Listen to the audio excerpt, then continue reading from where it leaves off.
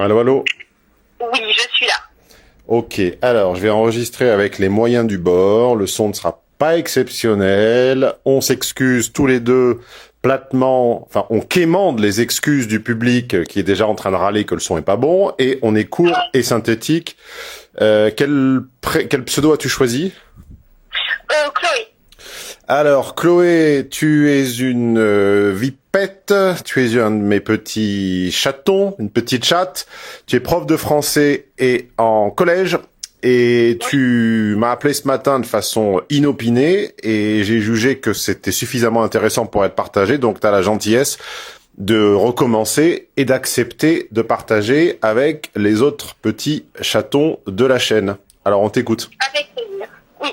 Donc voilà, je suis enseignante depuis 10 ans et régulièrement, tous les ans, plusieurs fois par an, des parents me remettent en question relativement violemment, verbalement, pour me dire que je me suis braquée contre leur enfant, que ce que je dis n'est pas pertinent et que je devrais être plus compréhensive, me mettre à leur place de leur enfant, alors que moi je suis en entretien avec eux pour leur expliquer que leur enfant pose problème et qu'il faut tout de suite agir pour pas qu'il rate sa scolarité et pas qu'il fasse rater sa scolarité à tous les autres élèves quand il y a des problèmes graves de comportement. Voilà.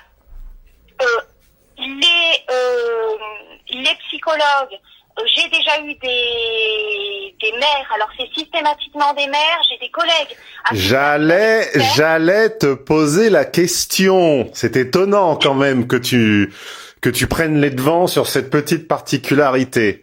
J'allais te demander si ce que tu désignais de manière neutre comme parent était plutôt parent 1 ou parent 2. Et évidemment, c'est la maman. Oui, j'ai écouté Alain Valperio, donc je me suis posé la question aussi. Voilà, donc oui, moi ça m'est arrivé systématiquement avec mes mères. Par contre, j'ai aussi vu des pères qui, eux, ne me remettent pas en cause violemment. Par contre, un père d'élève, mais vraiment l'archétype du père d'élève qui est strict en fait dans sa façon d'être, dans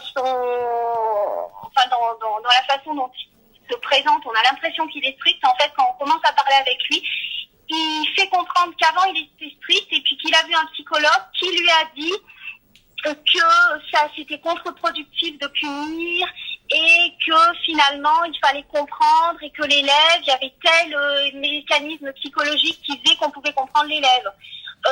Et du coup, alors il y a aussi des pères qui sont dans la psychose. Par contre, donc premièrement, dans les gens qui me remettent en question en tant qu'enseignante, c'est uniquement des femmes. J'ai eu des collègues pour qui c'était les pères.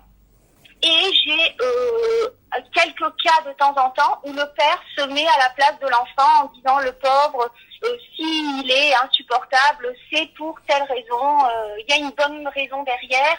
D'ailleurs, le psy l'a dit. Et donc, au niveau des mères, j'ai eu une fois une mère d'élève qui m'a dit, moi, de toute façon, je suis allée voir alors c'était pas une psychologue, mais je sais plus quel corps de métier du même type, ou qui a dit que de toute façon les enseignants étaient trop sévères et qu'ils se mettaient pas à la place des élèves, et voilà. Et c'est relayé d'un point de vue institutionnel par la demande de, entre guillemets, bienveillance. Donc c'est un très beau terme, mais ce terme je ne supporte plus, parce qu'en fait à chaque fois qu'on nous dit soyez laxiste envers les élèves, on nous dit soyez bienveillants. Donc comportement positif, bienveillance. On nous dit à chaque fois, au lieu de recadrer l'élève, mais gentiment, etc. Et en fait c'est extrêmement dangereux. Oui, mais bien la bienveillance est la cousine germaine de notre ami la discrimination. C'est les deux revers de la même médaille. Désormais, tu peux ranger et condamner toute activité de bon sens, de morale, redistributive et utile à la société, tu peux la condamner au titre de discriminatoire, comme par exemple les GAFA font avec les impôts que la France tente de leur imposer. Google a dit non, payer des impôts en France est une pratique discriminatoire parce qu'on n'en paye pas dans les 256 autres pays où on est présent. Et donc le cousin germain, le deuxième bras, la deuxième lame du rasoir, c'est la bienveillance. C'est-à-dire qu'une fois que tu as dénoncé une pratique injuste au titre que ailleurs l'enfant peut être insupportable, donc pourquoi ne pourrait-il pas l'être en classe? Eh bien, la réponse, si tu veux, à l'entropie, c'est le chaos généré par la transformation de l'énergie. Donc l'élève qui arrive bouillant en classe, car en fait il n'a pas canalisé ou dépensé utilement son énergie ailleurs, eh bien cet élève-là génère une entropie, c'est-à-dire du chaos, et la valve, la soupape, celui qui doit plier, celui qui doit faire le roseau pour que cette entropie ne tourne pas à la baston générale, eh bien ça ne peut être que le plus mûr de la pièce, c'est-à-dire le prof, c'est-à-dire toi. Donc la bienveillance, en sciences physiques, ça s'appellerait la valve à entropie, et c'est la seule mesure, l'unique possibilité que la psychose généralisée ne tourne pas à la baston. Oui. Quand on fait de la mécanique avec les phénomènes psychosociologiques, ça ressemble à ça. C'est ma particularité. D'ailleurs, j'en profite. On m'a dit, à raison, qu'il fallait de temps en temps rappeler dans les contenus que je publie sur ma chaîne, faire des petites portes d'entrée pour les nouveaux, afin qu'ils ne se sentent pas exclus, et puis surtout afin qu'ils comprennent ce que je dis. À chaque vidéo, il y a 5, 10, 15, 20% de personnes qui sont nouvelles. Donc pour ceci, ma particularité, c'est d'essayer d'apporter des pistes de réflexion sur des dilemmes relationnels, mais sans le carcan, la boîte à outils psychologique et psyrosée, c'est-à-dire psychologie à l'eau de rose habituelle, mais plutôt en faisant de la sociologie, de l'ingénierie, voire de la mécanique, parce que je suis ingénieur et sociologue. Donc le chapeau sous lequel s'abrite ta demande, ta plainte, en fait, parce que tu en souffres. Si tu n'en souffres pas encore, tu en souffriras par la récurrence, par la répétition, c'est un schéma susceptible d'être amené à se répéter. Le chapeau qui englobe tout ça, c'est comment, par quel mécanisme on décharge le système qui est chargé d'entropie. C'est-à-dire que cette bienveillance qui est en réalité une incapacité d'affronter le désamour de ses enfants, car un parent qui interdit, un parent qui châtie, un parent qui castre, je parle pas de châtiment physique, je parle d'un parent qui modère, un parent qui limite, est un parent qui est traumatisé à l'idée de perdre l'amour, enfin l'affect, l'intérêt, la soi-disant générosité désintéressée de ses enfants.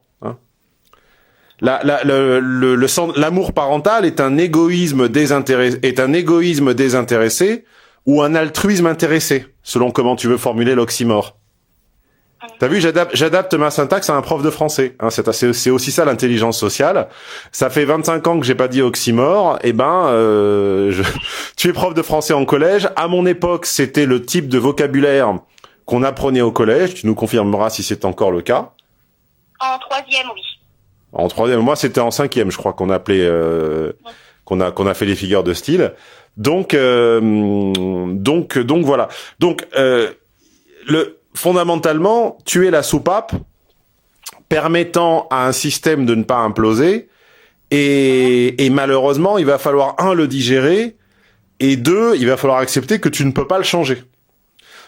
Comme dit Barico dans Les Barbares, le courant est si puissant que tu vas te noyer en fait si tu tentes de l'inverser.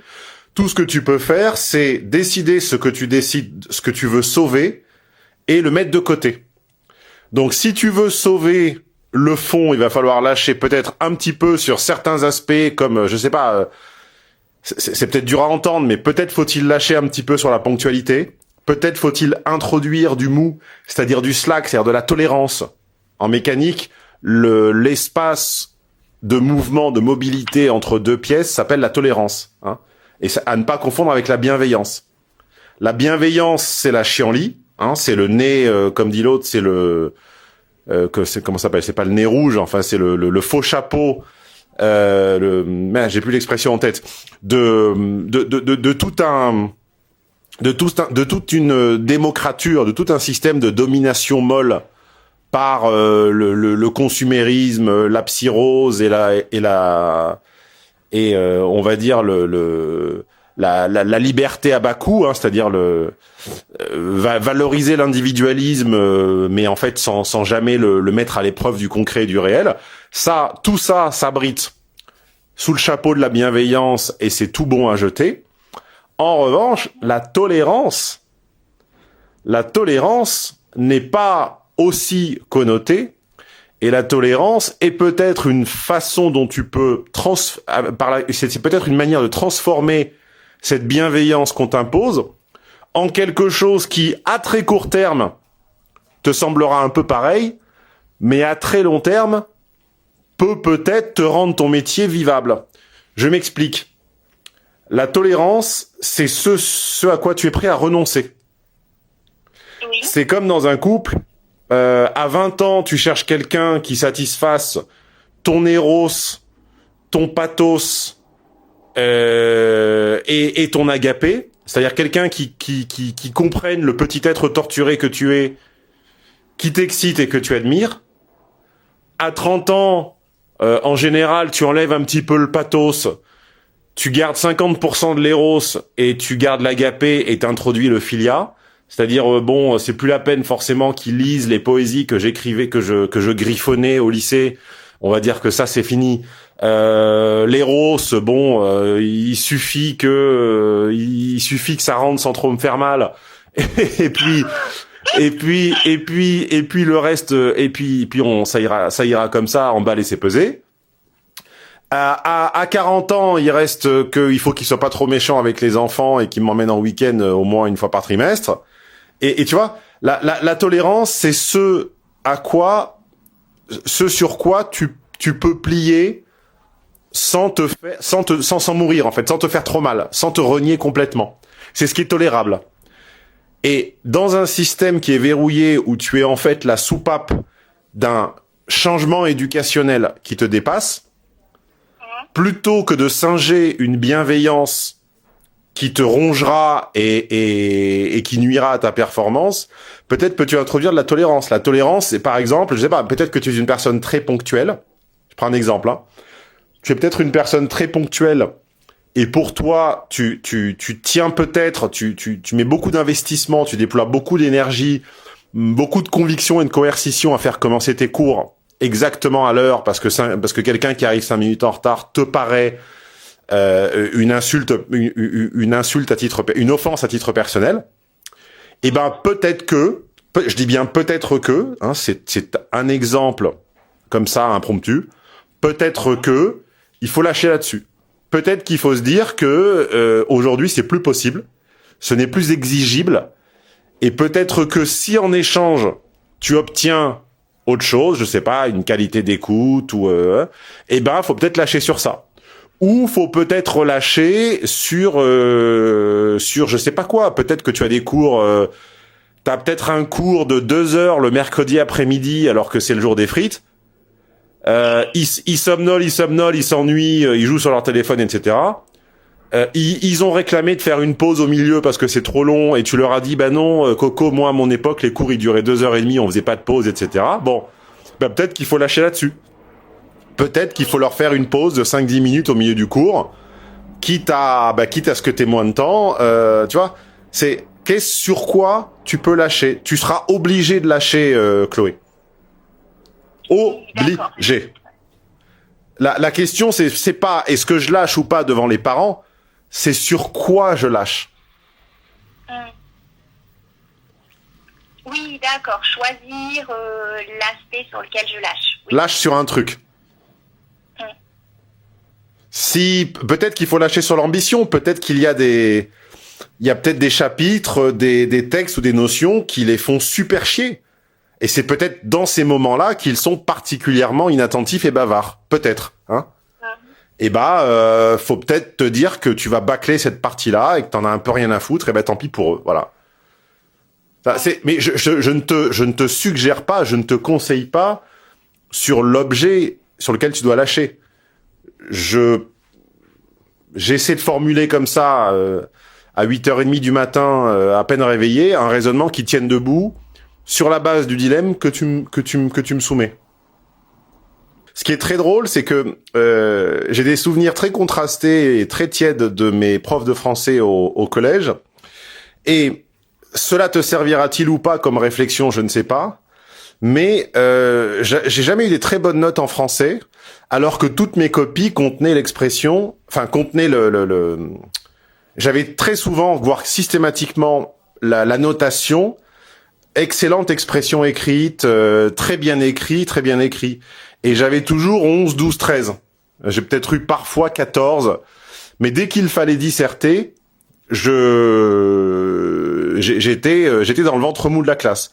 J'étais dans les premiers sur tout ce qui était noté sur l'expression, récitation, récit narratif. Et sur le fait de débattre, de discuter, j'étais mauvais. Et donc ma mère a non pas été convoquée, mais enfin ma mère a sollicité un entretien à la prof de français. Je crois qu'elle s'appelle Madame Potron. Et Madame Potron a été bien embarrassée de répondre à la question pourquoi mon fils, votre fils, mon fils, pas Gaël mon fils, hein, mon fils Stéphane, pourquoi il a toujours 11 ou 12 alors que vous écrivez toujours expression parfaite, très bon vocabulaire, très bonne syntaxe. Et elle n'a jamais su lui répondre. Alors évidemment, ma mère n'est pas une racaille. Ma mère n'a pas jeté son stylo plume à la tête de la prof de français en lui tirant les cheveux. Ça s'est terminé comme ça. Et en fait, j'ai mis des années à comprendre. La réalité, et c'est ce à quoi je veux t'amener, c'est que le français est une matière discriminante par essence. Oui, totalement. Oui, mais il faut que je finisse d'expliquer parce que toi, tu m'as compris. Mais les auditeurs, pas encore forcément. Ce qui n'est pas discriminant, c'est les maths, c'est la logique. Il y a des très bons logiciens dans des familles défavorisées. On a tous connu quelqu'un qui venait pas forcément d'un milieu particulier, où les choses étaient particulièrement simples, et qui se révélait dans les matières scientifiques logiques. Le français, en revanche, parce qu'il requiert de la culture générale, de la grammaire, du champ lexical, et surtout parce qu'il requiert une volonté de débattre et de discuter qui est statistiquement sous-représenté dans les classes populaires, le français est ultra discriminant, et en général, les meilleurs en français sont les enfants de bourgeois. Tu confirmes ou pas ? Ah oui, à 100%. Voilà. Mais justement, le but, c'est d'essayer de leur apprendre les codes. Oui, mais c'est justement sur ce terrain que je voulais t'amener, c'est que le paradoxe, la contradiction, comme toi et tes collègues nous apprenaient en tout cas à l'époque à la mettre en exergue dans les introductions de dissertation, il fallait arriver à la contradiction. La contradiction, c'est qu'on te demande de la bienveillance, petit A, on te demande de la bienveillance, petit B, la bienveillance est la cousine germaine de la non-discrimination, or, on te demande d'être non-discriminante dans une matière qui est par essence, de façon immanente, hautement discriminante. Et là, t'es obligé de me mettre la moyenne sur ma disserte. Non, mais oui, je vois. Et pour conclure sur mon anecdote qui n'a été en fait qu'un tremplin pour permettre de déplacer la réflexion sur un autre terrain, hein, je sais bien que tout le monde se fout de ma vie, mais j'utilise comme tout le monde des anecdotes personnelles comme tremplin. Eh bien, j'ai compris plus tard qu'en réalité, mon niveau ma note moyenne de dissertation qui devait tourner à 11 et demi, était en fait le reflet du niveau moyen de curiosité intellectuelle qui existait chez moi. Car chez moi, on ne débattait jamais d'aucun sujet.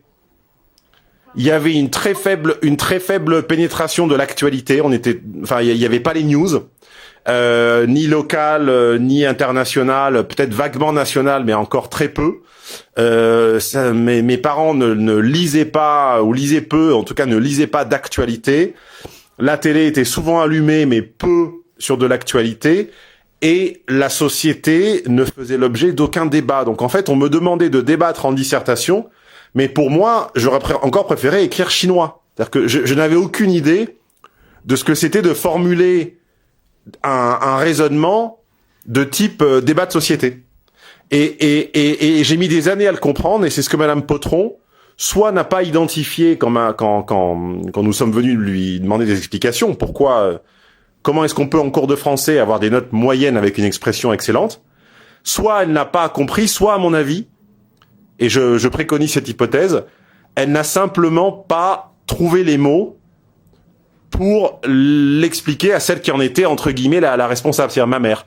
Elle n'a pas osé lui dire la déficience de votre fils. Enfin, c'est même pas d'ici, mais tu vois, il y a quelque chose au niveau de la. Bref. Il faut avoir quand même conscience. Il faut avoir une conscience des différences culturelles entre classe populaire et classe supérieure qui est pas forcément évidente. Le français est une le français à l'école, pas le français quotidien dans l'expression écrite dans les courriers administratifs, etc. Le français à l'école est la discipline la plus discriminante, car elle est celle qui repose le plus sur une transmission informelle des savoirs à la maison. Et on te demande d'être bienveillante et donc non discriminante dans une activité qui est discriminante. Voilà. C'est mon apport à cette conversation d'aujourd'hui. Après, te dire concrètement quels éléments de langage tu dois ressortir aux parents d'élèves, j'en sais rien du tout. Non, mais c'est pas une question d'éléments de langage. C'est question de comment se comporter face à quelqu'un qui dit non, mais de toute façon, vous en voulez à mon enfant. Mais en fait, une fois qu'on en est là, quand la mère est remontée contre toi, c'est fini. Il y a plus rien à faire, et je te conseille même presque à ce titre une certaine désinvolture. Oui, d'accord. Donc il faut lâcher avant. Ah oui, alors quand la femme, quand F t'a considéré comme étrangère aux intérêts de sa progéniture, c'est fini. Tu ne la mettras plus jamais de ton côté, et aucune explication logique ne tiendra la route. Oui, Donc, oui. à ce stade, tu écoutes, tu rassures de façon creuse, et tu t'en fous. Ce qui compte, c'est en amont. En amont, tu dois éviter que l'élève ne fasse de toi un portrait trop à charge auprès de sa putain de maman. Oui, d'accord. En lâchant sur certains. Et pour cela, il faut pas que tu deviennes une prof cool 68 hard, parce que ça, je pense qu'on a quand même 50 ans d'expérience pour voir que ça ne fonctionne pas. Mais il faut que tu décides que dans telle classe, ou avec tel groupe, ou avec tel sous-groupe, il va falloir lâcher un peu de lest. Mais pas lâcher un peu partout. Lâche sur ce qui te paraît judicieux. Est-ce que c'est sur certains passages du programme qu'il faut accélérer? Est-ce que c'est sur un mode d'enseignement? Est-ce que c'est sur la ponctualité? Est-ce que c'est sur, tu vois? D'accord, oui, je comprends. Est-ce que c'est sur le portable? J'en sais rien. Il paraît. Moi, j'ai pas connu cette génération. Moi, j'étais génération début de la Game Boy, donc c'était trop gros pour être caché en classe. Il paraît, je dis bien il paraît, que votre plus gros challenge, c'est d'empêcher les gamins d'aller sur leur portable. Il paraît, on me dit ça. C'est vrai en lycée, c'est vrai à la fac. Par contre, au collège, on a des règlements qui sont très stricts. Du coup, c'est un des éléments sur lesquels personne ne lâche, en fait. Bon. Donc, c'est pas... là, il n'y a pas de problème à ce niveau-là. Si on a un téléphone, si un téléphone est sorti en classe, l'élève, il est sanctionné de façon assez importante. Tu me l'apprends. Ben, en tout cas, voilà. Remplacer la bienveillance par la tolérance, et la tolérance, c'est pas c'est pas un échantillon gratuit dans le catéchisme des vertus du monde contemporain. C'est un truc qui est très mécanique. Et c'est en fait la tolérance d'un système, c'est l'espace dans lequel les pièces peuvent bouger sans se gripper. Donc qu'est-ce que... Abandonne quelque chose. T'es obligé. Tu ne reproduiras pas l'enseignement que tu as reçu il y a 20 ou 30 ans. Je ne sais pas à quel âge tu as, mais enfin, tu ne reproduiras pas l'enseignement que tu as reçu, car le monde a changé, et je renvoie ceux qui l'auraient manqué à ma conférence sur les barbares, pour comprendre en quoi le monde a changé. Ah mais c'était déjà assez problématique à mon époque, pas au niveau auquel c'est actuellement, mais il y avait déjà des problèmes. Oh, je me rappelle de mes profs de français au collège, c'était pas un cours problématique. Il y avait que les cours optionnels qui étaient problématiques, genre latin, tout le monde s'en foutait, etc. Français, on entendait les mouches voler quand même. Ça dépendait des enseignants. Bien sûr. Voilà, comme le son doit être à peine décent, je propose, si tu es satisfaite, de quitter l'ensemble des followers maintenant, et si tu veux on se reparle nous deux, mais voilà, je peux pas leur imposer beaucoup plus longtemps ce son approximatif, ok? D'accord, bah merci. Voilà, tu rappelles quand tu veux, Chloé VIP. Tu es VIP quoi? Premium. Ouh là là, tu sais qu'au-dessus il y a plus rien, c'est le soleil. Eh oui. Non, j'écoute pas mal de séminaires et je les réécoute et j'essaie de les intégrer. Alors, qu'est-ce que t'en penses? Vas-y, fais-moi un peu de com. Ah bah c'est exceptionnel. J'ai jamais eu d'informations aussi intéressantes et aussi bien observées, où vraiment il y a un déclic, où on dit mais c'est vrai, c'est ça. Et même sur alors je suis prof de français, par contre ton séminaire séduire à l'écrit, mais je l'ai trouvé formidable. Alors que ça me fait plaisir. Voilà, il y a beaucoup de choses que j'avais pas réalisées en fait. Donc sur énormément d'éléments, en fait, on a des prises de conscience qu'on n'aurait pas eu autrement et qu'on ne trouve pas ailleurs. Mais écoute, tu me fais plaisir parce que tu guéris instantanément, tu égayes ma journée qui était grisâtre, et tu guéris instantanément des années de frustration de cours de français où je sous-performais tout en écrivant bien, et où c'était très frustrant, c'était très très ingrat. Eh bien ça y est, tout est guéri, je suis réconcilié avec la profession. D'accord, bah tant mieux alors.